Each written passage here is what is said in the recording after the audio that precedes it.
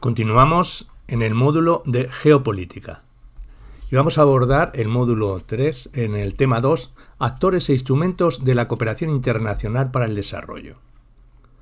La cooperación internacional para el desarrollo se establece en un marco contextual que se vincula a la crisis global actual. Esta crisis de un modelo hegemónico neoliberal también se puede establecer en un marco filosófico y técnico de la cooperación internacional para el desarrollo. Luciano Carrino, 2005. En su libro Perlas y Piratas, que establece los siguientes elementos que definen la crisis de la ayuda internacional. Del dicho al hecho. La cantidad de recursos empleados anualmente en ayuda oficial para el desarrollo, la AOD, es bastante amplia. En un estudio ofrecido en el libro El sueño de la abundancia, de Canter Nakshi, refleja que en un año en un país donde se donaba 2,5 millones de dólares, el 32% se había destinado al presupuesto y a algunas actividades de organizaciones y bancos internacionales, pero la mayor parte de esos recursos estaba diseminada en cientos de proyectos en lluvia realizados fundamentalmente por ONG del país donante y por algunas agencias de las Naciones Unidas. Se calculó que en total a las intervenciones para el desarrollo humano no se destinaba ni siquiera el 1% del presupuesto. El centralismo. Para el desarrollo de un país es absolutamente indispensable que las instituciones centrales del Estado funcionen bien. En la cooperación aparece sistemáticamente el centralismo, es decir, la degeneración del sistema que debería garantizar un equilibrio justo entre los poderes del Estado y el de los actores locales. El centralismo se puede definir como el exceso de concentración de poder y responsabilidad a nivel de la administración central del Estado. La lógica centralista prevé que pocas personas responsables tomen las decisiones y dirijan con rigidez sus entes y sujetos ejecutores a través de financiamientos, términos de referencia de las acciones y procedimientos de control. El centralismo no afecta solamente a los gobiernos nacionales. Se entiende también a las organizaciones internacionales y no gubernamentales más fuertes. La mentalidad centralista, paradójicamente, aparece con frecuencia en gobiernos regionales y municipales que reproducen a su escala los mismos mecanismos centralizadores del gobierno nacional, privando a los actores de su territorio de las informaciones y medios indispensables para actuar. El elitismo. Esta es la degeneración del sistema, es la transmisión rígida del vértice a la base de las decisiones que le atañen. No prevé ningún sistema de retroalimentación y se basa en la idea de que son pocos los que cuentan con la competencia para dirigir el desarrollo. El elitismo es propio de la cooperación, no solo por la manera en que se establecen las relaciones entre los dirigentes gubernamentales y no gubernamentales y las respectivas bases, sino además por el modo en que surgen y se realizan los programas y proyectos de cooperación. El sectorialismo. Este es el fenómeno que se produce cuando cada aspecto de la vida social y económica se trata por separado, de modelo y de modo fragmentario, simplificado y sin que medie la comunicación. Ello se debe principalmente a la organización de las estructuras gubernamentales y los presupuestos públicos por sectores. El sectorialismo está presente lo mismo en lo público que en lo privado. Es la manifestación más perceptible de los desequilibrios, de la falta de coordinación, de la prevalencia de intereses particulares. Quien adopta un enfoque sectorialista se basa sobre todo en la defensa de su propio campo de acción, su presupuesto, su responsabilidad y competencia, su profesión y especialización. Considera que cada problema debe ser tratado por personas y grupos especializados con los plazos propios de sus profesiones y con un proyecto específico que se interese más en su resultado puntual que en el efecto que pueda tener sobre el problema que debía ayudar a solucionar. De todas formas, hay que puntualizar que la crítica al sectorialismo no significa que cada uno deba saber hacerlo todo y no quita ningún valor a quienes trabajan seriamente en su propio campo.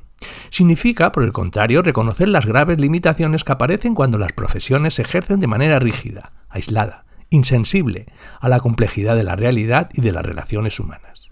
La cooperación exalta la mentalidad individualista y exclusivista que se enrariza al propio proyecto y la defiende con los argumentos del especialismo. El especialismo y el sectorialismo originan proyectos en lluvia y de escaso impacto. La competencia real de quienes trabajan para el desarrollo consiste en saber ver el problema en su totalidad. El asistencialismo. El asistencialismo tiene sus raíces en las estrategias de los países donantes. Que existan pobres y personas en dificultades son realidades de todas las sociedades, incluso de las más ricas. Pero a menudo se observa que los servicios no tienen en cuenta el derecho a la participación de quienes presentan dificultades. Consiste en prestar servicio y otorgar subsidios de manera que se alimente la dependencia y la pasividad a costas con frecuencias insostenibles y en formas humanamente inaceptables. En los países ricos, el enfoque asistencialista lo eligen generalmente los grupos fuertes, que han logrado el éxito en la competencia general. Muchos de ellos piensan que los pobres, los discapacitados, los grupos más vulnerables y los marginados son un peso muerto para el desarrollo. No tienen la fuerza o la capacidad para reaccionar y deben ser objeto, a bajo costo, de programas y servicios especializados. Por eso, quienes comparten este enfoque no pueden tolerar la idea de que las personas o los grupos que son objeto de ayuda internacional se conviertan en protagonistas, digan cómo prefieren ser ayudados a resolver los problemas.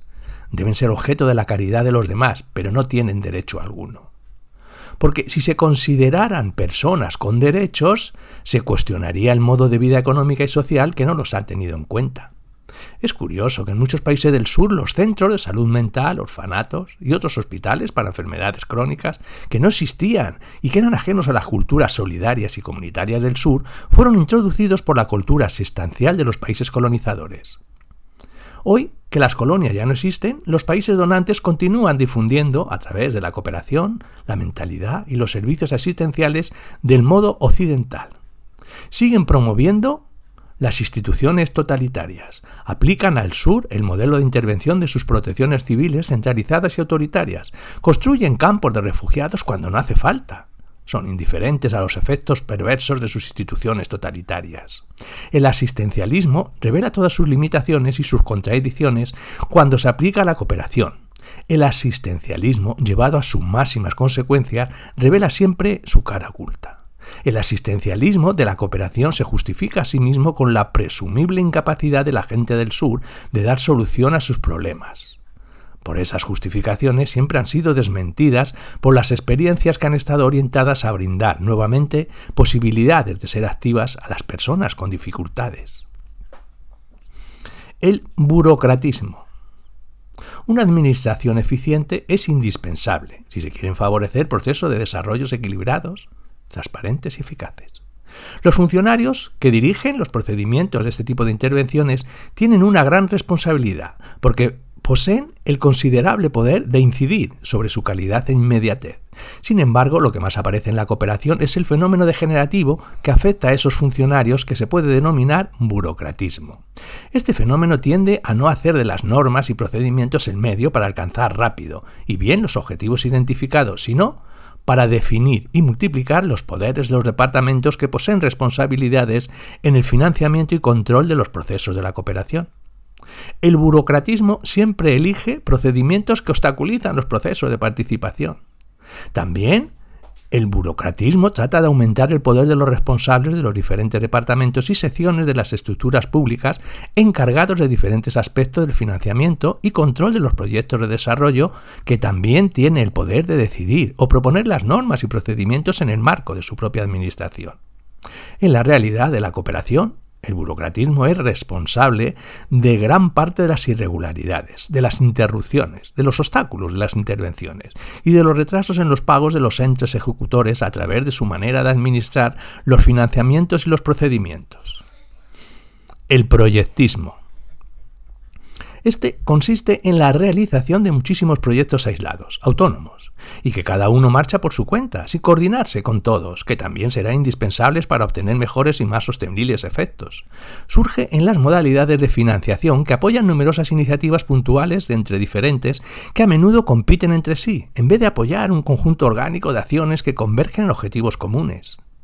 Privilegia la cantidad sobre la calidad, haciendo creer que el bienestar colectivo es producto de la suma de las múltiples acciones que cada uno emprende. A favor del proyectismo también hay un argumento que invita a la reflexión. El problema no radica en el aspecto positivo de cada proyecto pueda tener, sino en lo que hace falta, en el hecho de que concentrar la atención en miles de intervenciones para ofrecer una respuesta inmediata a problemas específicos distrae de las reflexiones y acciones más complejas y difíciles que se deberían hacer para incidir sobre las causas de esos problemas. El proyectismo se debe considerar una de las causas y, en conjunto, una manifestación evidente de la crisis de la cooperación. Es señal de su incapacidad, hasta el momento, de construir un sistema orgánico que dé sentido al aporte de cada uno. Combatirlo significa actuar contra un pilar de la vieja cooperación y tratar de liberar la energía indispensable para crear una cooperación nueva. Esta visión, basada principalmente en los textos de Carrino, es un análisis amplio de la crisis de la cooperación, un análisis macro de la situación actual, pero teniendo en cuenta también otro tipo de problemas a nivel técnico, y podríamos hacer referencia a lo siguiente. 1. La adecuación al contexto institucional. 2.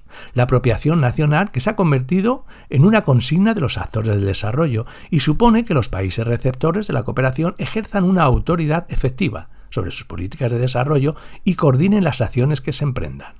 3. Coordinación entre donantes. Uno de los problemas más importantes de la cooperación al desarrollo es que se encuentra muy fragmentada y escasamente coordinada. 4. Coherencia. La ayuda oficial al desarrollo es una más de las políticas públicas que adopta un país y que afecta a los países en desarrollo. Tales políticas no tienen por qué ir en la misma dirección. Y 5. Control y supervisión. La cooperación al desarrollo constituye un proceso complejo, entre otras razones por la diversidad de cuestiones que deben tomarse en cuenta, la involucración de numerosos actores y la necesidad de, con frecuencia, poner en marcha intervenciones a largo plazo. Estos 5 criterios generales son aplicables a todas las políticas de cooperación, pero además de estos criterios había que destacar otros más específicos que se ajustarían a las particularidades de los ámbitos sectoriales de la cooperación. En general, los criterios expuestos son dados por válidos por la mayor parte de los organismos de la cooperación, a juzgar por las declaraciones que en diversos foros internacionales vienen prodigándose. Otra cosa bien distinta es que estos criterios se apliquen en el día a día. No obstante, es fundamental ir superando esta resistencia y avanzar en la línea descrita. La noble actividad de la cooperación al desarrollo así lo merece. La Declaración de París sobre la efectividad de la ayuda al desarrollo.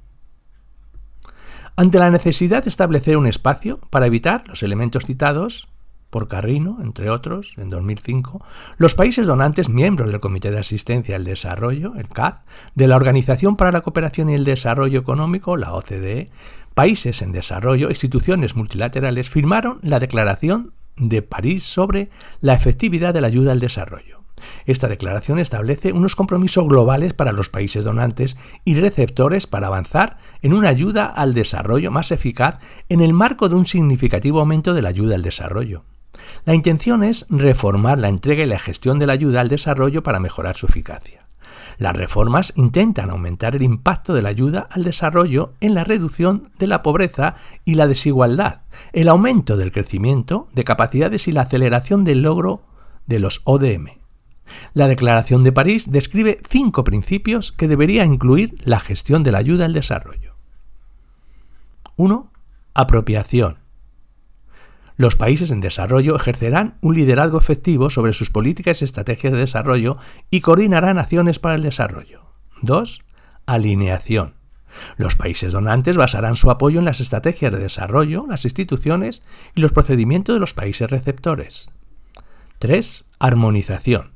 Los países donantes trabajarán de forma que sus acciones sean más armónicas, transparentes y colectivamente efectivas. 4. Gestión por resultados. Todos los países gestionarán sus recursos y mejorarán el proceso de toma de decisiones para el logro de resultados. Y 5. La rendición de cuentas mutua. Los países donantes y los países en desarrollo se comprometen a que rendirán cuentas mutuas en torno a los resultados de desarrollo. Entre los signatarios se incluyen 35 países donantes, 26 agencias multilaterales y 56 países que reciben ayuda al desarrollo. La Declaración de París marcó una nueva etapa para garantizar una mayor eficacia de la ayuda al desarrollo que posteriormente se ha seguido trabajando en diferentes foros de alto nivel, Accra y Busan, para posteriormente, en 2011, a la actualidad, establecer este debate y fiscalización a la Asociación Mundial para una eficaz cooperación al desarrollo. La Agenda 2030 y los Objetivos de Desarrollo Sostenible. En septiembre de 2015 se aprobó en la Asamblea General de Naciones Unidas, la ACNUR, la nueva Agenda Internacional de Desarrollo. Esta nueva agenda sustituye a los Objetivos de Desarrollo del Milenio, la ODM, que estuvieron vigentes entre 2000 y 2015 como conjunto de metas específicas sobre diversas cuestiones de desarrollo. En esta ocasión, la Agenda 2030 se compone de 17 Objetivos de Desarrollo Sostenible, ODS, que por un lado incorpora los anteriores Objetivos de Desarrollo Sostenible pendientes de alcanzar. Serían la lucha contra el hambre, reducir la mortalidad materna e infantil, aumentar el acceso a agua potable y saneamiento básico, entre otros, y por el otro, ampliar el foco de atención sobre nuevas cuestiones que no estaban contempladas anteriormente, como serían el acceso a energía, la desigualdad de la renta, el crecimiento económico y trabajo decente, urbanismo e industrialización sostenible, producción y consumo sostenible, la lucha contra el cambio climático, las sociedades pacíficas y justas, y entre otras. Los Objetivos de Desarrollo Sostenible, ODS, son ambiciosos para movilizar la acción colectiva en torno a objetivos comunes. Si bien se proponen luchar contra la pobreza extrema, integran y equilibran tres dimensiones esenciales del desarrollo sostenible, como son la economía, la social y la ambiental, proporcionando una valiosa hoja de ruta para articular la formulación de políticas mundiales. Desde la aprobación de la Agenda 2030, esta se ha convertido en la guía de referencia fundamental para el desarrollo global. Es cierto que con anterioridad la comunidad mundial había adoptado agendas de desarrollo que planteaban también objetivos ambiciosos de carácter global, como acabar con el hambre, reducir la pobreza, alcanzar la educación básica universal o conseguir el 0,7% de ayuda al desarrollo para los países más pobres, como pretendían los Objetivos de Desarrollo del Milenio, la ODM, que fueron aprobados anteriormente en la 55 Asamblea General de las Naciones Unidas con un enorme júbilo. Sin embargo, el incumplimiento de los ODM, junto a una visión reduccionista de los mismos y la necesidad de ampliar notablemente las tradicionales visiones de desarrollo, han llevado a construir esta nueva agenda. Los ODS plantean respuestas sistémicas a una visión global e interrelacionada del desarrollo sostenible que afronta cuestiones tan importantes como la desigualdad y la pobreza extrema, los patrones de consumo no sostenibles y la degradación ambiental, el reforzamiento de las capacidades institucionales, así como procesos de solidaridad global novedosos que los ODM descuidaron. Y todo ello se hace desde perspectivas metodológicas renovadas. Además, a la vez, la comunidad internacional se ha ido dotando desde hace décadas de importantes acuerdos recogidos en diferentes cumbres y conferencias de las Naciones Unidas en las que se han identificado los ejes fundamentales para el desarrollo sostenible. Las lecciones aprendidas de la ODM pueden enunciarse en los siguientes términos. Hay que recordar que los ODM, a pesar de no haberse cumplido, han significado el mayor avance para combatir la pobreza en el mundo en sus múltiples dimensiones, aportando algunas lecciones de interés para la construcción de la nueva agenda del desarrollo internacional.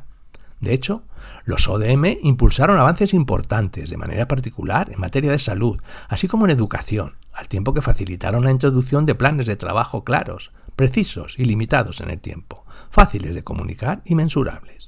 También es destacable la capacidad de los ODM para introducir metodologías de medición y de gradación de datos con la finalidad de conocer de manera más precisa los avances generados.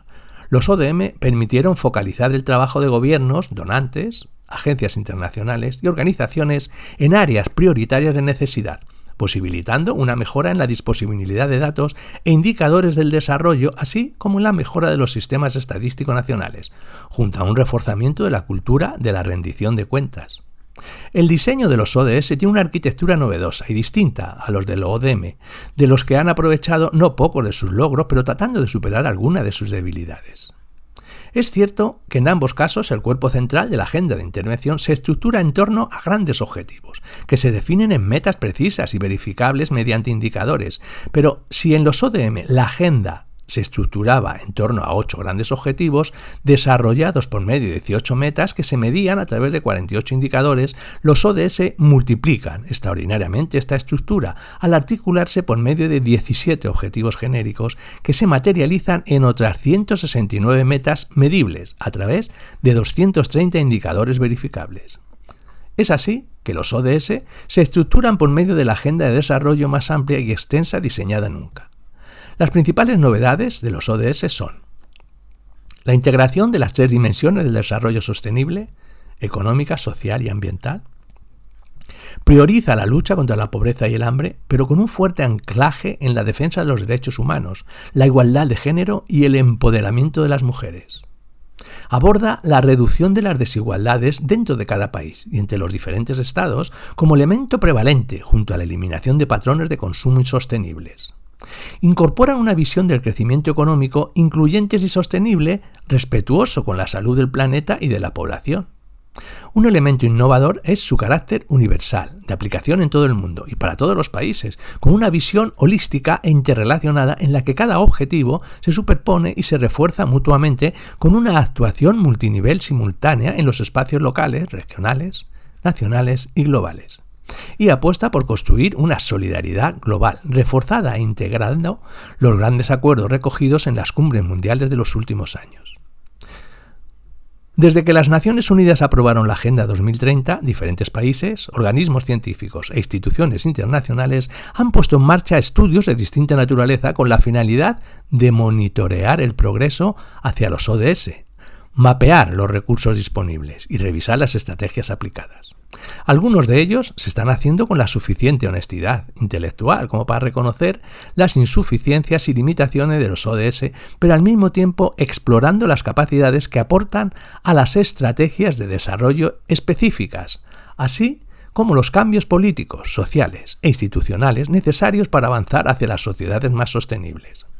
Pero si de verdad se quiere avanzar en la aplicación de la Agenda 2030 y en el cumplimiento de los objetivos de desarrollo sostenible, se deben tomar medidas ambiciosas y urgentes, porque restan únicamente 11 años para realizar cambios muy profundos en todos los órdenes que se traduzcan y priorizar objetivos e inversiones, mapear recursos e identificar las brechas presupuestarias, desarrollando mecanismos que permitan compartir datos e información.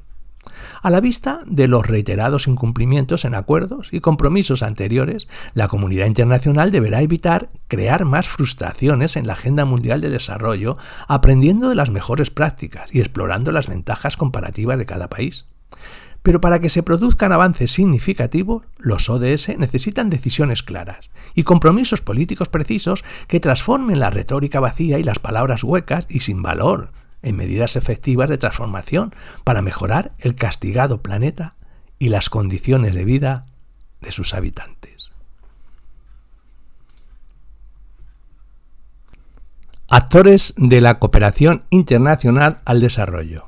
El sistema multilateral, cooperación bilateral y descentralizada. Dentro del sistema de cooperación internacional para el desarrollo conviven diferentes actores que se definen dependiendo de las características que los componen. En la actualidad, la diversidad es muy amplia, pero haremos un acercamiento en grandes bloques. A continuación se expone cuáles son los distintos tipos de ayuda y agentes que intervienen en la cooperación internacional para el desarrollo, atendiendo estrictamente a la naturaleza de estos. Actores públicos. Los actores públicos son el conjunto de administraciones públicas, entendiendo administración pública en su sentido amplio, que abarca los diferentes niveles administrativos, nacionales, regionales o locales. Actores de carácter bilateral. Estos son los gobiernos de los países que son los cuales que tienen relaciones de cooperación internacional. Se efectúa de gobierno a gobierno a través de las embajadas, aunque en cada país participan las agencias o instancias de la cooperación como entidades de coordinación técnica.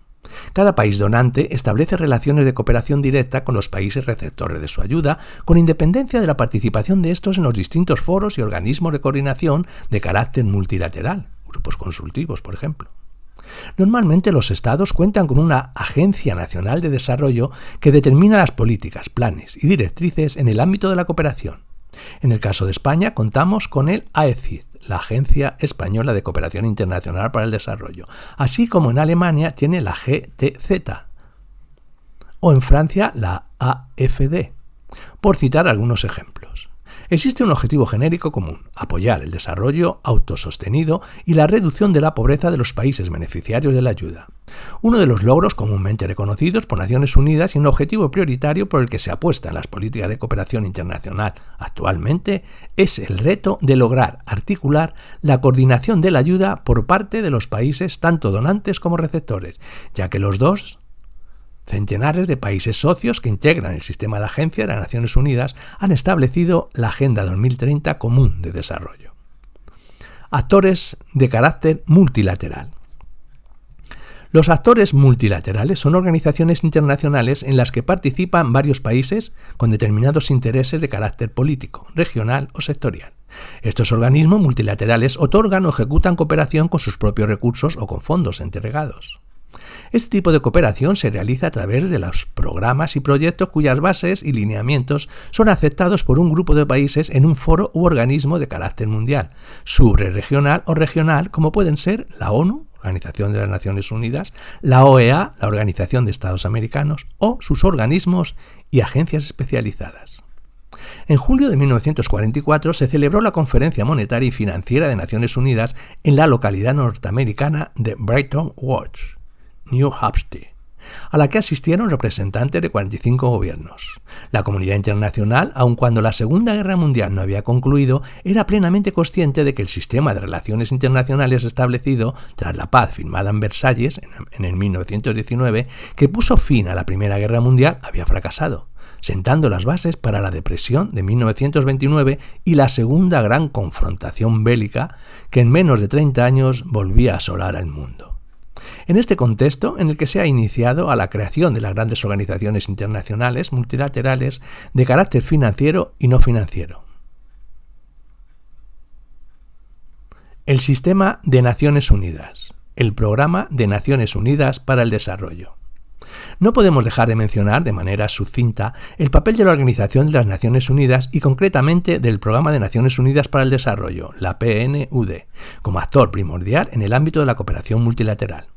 Referente de cualquier país en vía de desarrollo a la hora de analizar su índice de desarrollo, el PNUD se creó en el año 1965 y es la principal agencia de cooperación al desarrollo del sistema de las Naciones Unidas. La misión del PNUD es contribuir al desarrollo humano en cuanto al establecimiento de pautas sostenibles de producción y consumo y a la erradicación de la pobreza en un contexto institucional democrático.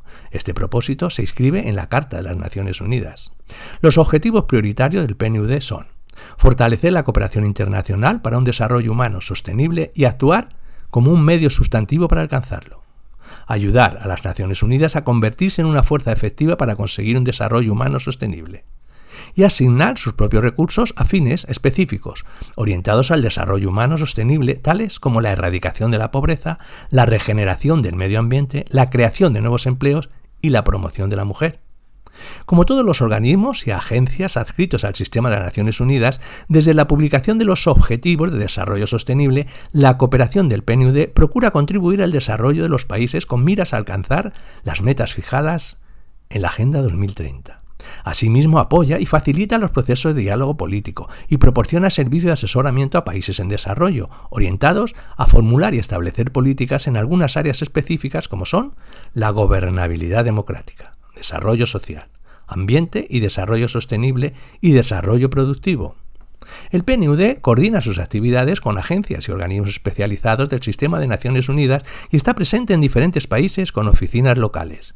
Este se concibió como el organismo central del Sistema de las Naciones Unidas sobre análisis de los procesos de desarrollo en los diferentes países, con el rol esencial de plantear junto a los países en desarrollo las prioridades a las cuales asignar los recursos que recibe de los países donantes.